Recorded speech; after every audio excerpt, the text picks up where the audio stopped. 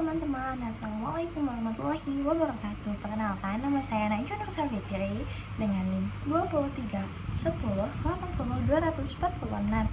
Di sini, balik lagi kita akan menjelaskan terkait mata kuliah manajemen inovasi. Sekarang judulnya yaitu Measuring Result. Nah, apa sih konsep dasar measuring result? Mengukur kinerja berbasis hasil itu fokus ke apa yang dicapai karyawannya, bukan cuma cara kerjanya aja.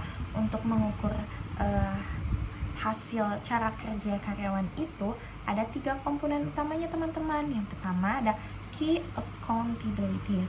Nah, apa itu key accountabilities? Tanggung jawab utama dalam pekerjaannya, artinya bidang besar yang jadi kewajiban karyawan, bukan tugas kecil tapi kategori besar pekerjaan. Contohnya di dalam dunia perbankan yaitu CS atau customer service, melayani nasabah. Terus ada juga analisis pembiayaan, menilai kelayakan pembiayaannya. Terus selanjutnya yang kedua ada expected objective, yaitu target atau hasil yang ingin dicapai. Ini biasanya spesifik dan juga bisa diukur. Contoh meningkatnya jumlah nasabah 20%. Kemudian ada juga contoh lainnya, misalnya menyelesaikan laporan dalam 1 minggu saja. Nah, yang ketiga ada performance standar. Standar untuk menilai hasil kerjanya. Jadi bukan cuma target tercapai atau tidaknya, tapi seberapa baik target itu dicapai. Nah, selanjutnya menentukan key accountabilities. Nah, gimana sih cara menentukan key accountabilities? Cara menentuin tanggung jawab utama, yang pertama ambil dari job description-nya. Lihat deskripsi kerja karyawannya gimana. Yang kedua, kelompokkan tugas. Gabungkan tugas-tugas yang mirip. Ketiga, tentukan prioritas. Dilihat dari waktu yang dipakai, dampaknya, resiko kalau misalnya dia salah. Intinya fokus ke hal yang paling penting dalam pekerjaannya. Yang ketiga ada menentukan objektivitas atau target. Tujuannya biar kerja karyawan lebih terarah. Fungsi objektivitas yaitu jadi arah kerja, bantu eval juga, jadi dasar reward atau penilaian. Cara buatnya, fokus ke hasil paling penting, jangan terlalu banyak, biar fokus. Ciri-ciri objektivitas yang baik.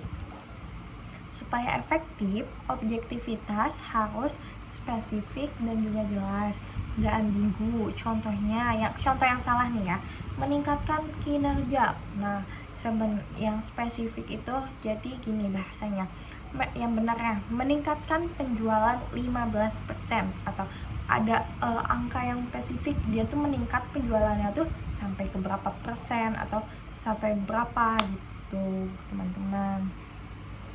Terus menantang tapi realistis, nggak terlalu gampang tapi juga nggak mustahil. Terus disepakati bersama antara atasan dan karyawan, harus sama-sama paham adanya batas waktu atau adanya deadline. Nah, itu juga harus ada ya guys. Fleksibel dan terbatas, bisa disesuaikan kalau misalnya kondisinya bisa berubah. Jadi gimana sih juga jumlahnya juga nggak terlalu banyak. Nah, selanjutnya melakukan performance standar. Ini buat mengukur kualitas hasil kerja. Ada 3 aspek utama. Yang pertama quality atau kualitas, seberapa baik hasilnya. Contoh, rapi atau enggak sih hasil kerjanya, terus sesuai standar atau enggak hasil kerjanya gitu. Terus selanjutnya ada quantity atau kuantitas, jumlah hasil kerja. Contohnya, berapa banyak transaksi, berapa laporan yang telah diselesaikan oleh karyawan tersebut. Time atau waktu, kecepatan atau deadline. Contoh, selesai dalam 1 hari atau 1 minggu. Komponen performance atau standar. Standar yang bagus harus punya kata kerja atau verb. Apa yang harus dilakukan, contohnya menyusun, meningkatkan, menyelesaikan. Terus ada juga deadline, kapan harus terakhir diselesaikan. Indikator terukur, bisa dinilai dari angka, kriteria, jelas kayak gitu. Ciri-ciri performance standar yang baik supaya efektif harus apa? Yang pertama, sesuai dengan pekerjaan. Yang kedua, spesifik dan bisa diukur. Yang ketiga, praktis atau mudah dipakai. Yang keempat, realistis. Yang kelima ada dievaluasi secara berkala. Jadi harus ada evaluasi juga setiap kayak di penentuan ada evaluasi itu mingguan atau bulanan kayak gitu.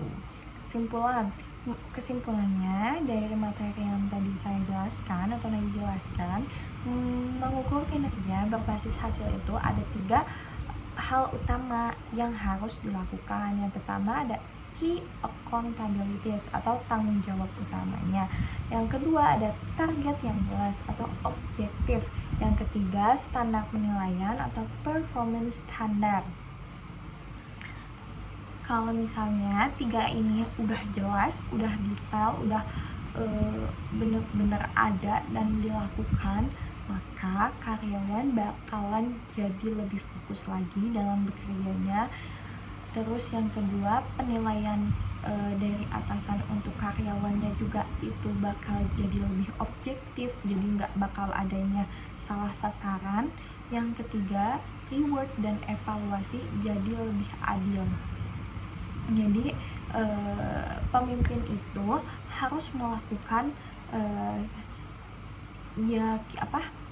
measuring result yang tadi, karena supaya menjadi pemimpin yang baik itu adalah pemimpin yang adil dan bijaksana. Mungkin sekian penjelasan dari Najwa, kurang lebihnya mohon maaf.